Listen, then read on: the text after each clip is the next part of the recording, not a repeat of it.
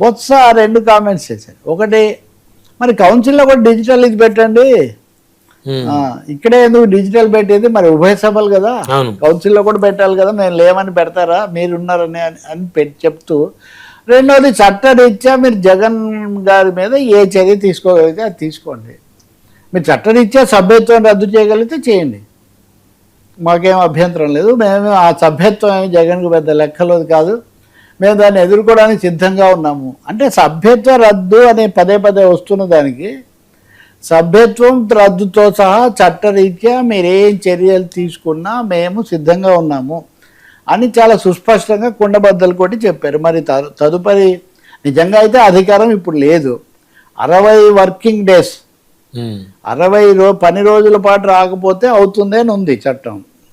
60 రోజులు అసలు సభే జరగదు. అవును, సభే జరగదు. ఒకరోజు వచ్చి వెళ్ళినా వచ్చినట్టే. అంటే కంటిన్యూస్గా 60 రోజులు కౌంట్ చేస్తాం, కంటిన్యూస్గా 60 రోజులు అంతే కదా. మరి మొత్తం ఏడాది పొడవునా అంటే అది ఎలా కుదరదు. అసలు మొత్తం మీద కూడా 60 రోజులు 70 రోజులు జరుగుతుందేమో. ఇప్పుడు 100 రోజులు జరగాలంటే అదే జరగట్ల. అందువల్ల ప్రభుత్వం